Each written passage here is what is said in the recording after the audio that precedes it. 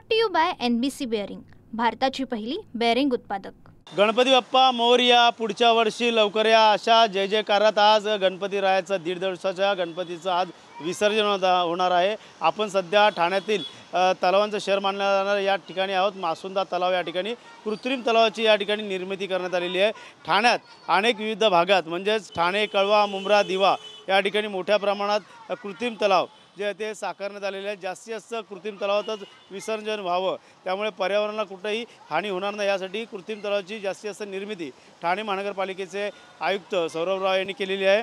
पाहायला गेलं तर उच्च न्यायालयाच्या आदेशानुसार 6 फुटापर्यंतच्या सर्व गणेश मूर्तीचं विसर्जन कृत्रिम तलावातच केले जाणार असला देखील आदेश या ठिकाणी महानगरपालिकेने काढले आहेत। त्यामुळे कृत्रिम तलावाच्या ठिकाणी तसेच फिरतं विसर्जन व्यवस्था देखील वाढ करण्यात आलेली आहे। त्यानुसार या ठिकाणी महानगरपालिका देखरेख करत असणार आहे। पाहायला गेलं तर माहिती देण्यासाठी हरित विसर्जन ॲप तयार करण्यात आले आहे। नागरिकांनी त्यावर नोंदणी करावी असे आवाहन महानगरपालिका आयुक्त सौरभ राव यांनी केलेले आहे। त्यामुळे ठाणे शहरात घोडबंदर पट्टा असेल, ठाणे शहर असेल, कळवा असेल, मुंब्रा असेल या भागात आता मोठ्या प्रमाणात या ठिकाणी विसर्जन केलं जातं। दिव्यात देखील अशा प्रकारचं कृत्रिम तलाव तयार करण्यात आला आहे। त्यामुळे कुठेही पर्यावरणाला हानी होणार नाही, तलावांचं शहर मानलं जाणार आहे अशा या ठाणे शहरात अनेक ठिकाणी आता गणपती रायाचं जे ते 1.5 दिवसाचं विसर्जन केलं जाणार आहे। त्यामुळे पूर्णतः ठाणे महानगरपालिकेकडनं पूर्णतः या ठिकाणची काळजी घेण्यात आली आहे। वाहतूक विभागाकडनं देखील बदल करण्यात आलेले आहेत। जड अवजड वाहनांना देखील या ठिकाणी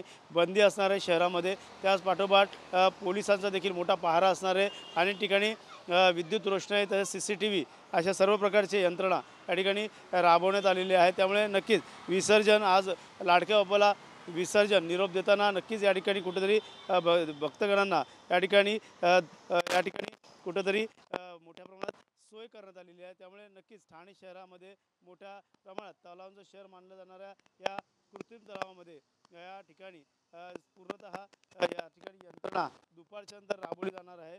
त्यामुळे पूर्णतः तलावात जे कृत्रिम तलाव आहे त्यातलं पाणी जे ते काढून साफसफाई करून पूर्णतः या ठिकाणी नीटनेटके केले जाणार आहे। त्यामुळे मोठ्या प्रमाणात या ठिकाणी महानगरपालिकेच्या वतीने प्रत्येक भागामध्ये अशा प्रकारची तयारी करण्यात आली। तर दुसरीकडे राजकीय नेत्यांकडनं देखील या गणेश भक्तांना शुभेच्छा देणारे बॅनर जे ते प्रत्येक पक्षाकडनं लावण्यात आलेलं आहे। त्यामुळे पाहायला गेलं तर मोठ्या प्रमाणाची सोय ठाणे महानगरपालिकेने दरवर्षीप्रमाणे यंदा देखील केली। मात्र यंदा जास्त संख्येने जे ते मूर्त्या देखील वाढ करण्यात आलेली आहे। त्यामुळे यंदा अनेकांच्या घरी गणपती बाप्पा जे ते विराजमान झालेले, त्यामुळे आज 1.5 दिवसाच्या बाप्पांचे विसर्जन केलं जाणार आहे। त्यामुळे कुठेतरी आज निरोप त्या गणरायाला लाडक्या बाप्पाला देताना आपल्याला ठाणेकर या ठिकाणी दिसणार आहे। कॅमेरामन अथर्वसह Ganesh Thorat, TV9 Marathi, Thane. Brought to you by NBC bearing, भारताची पहिली बेअरिंग उत्पादक।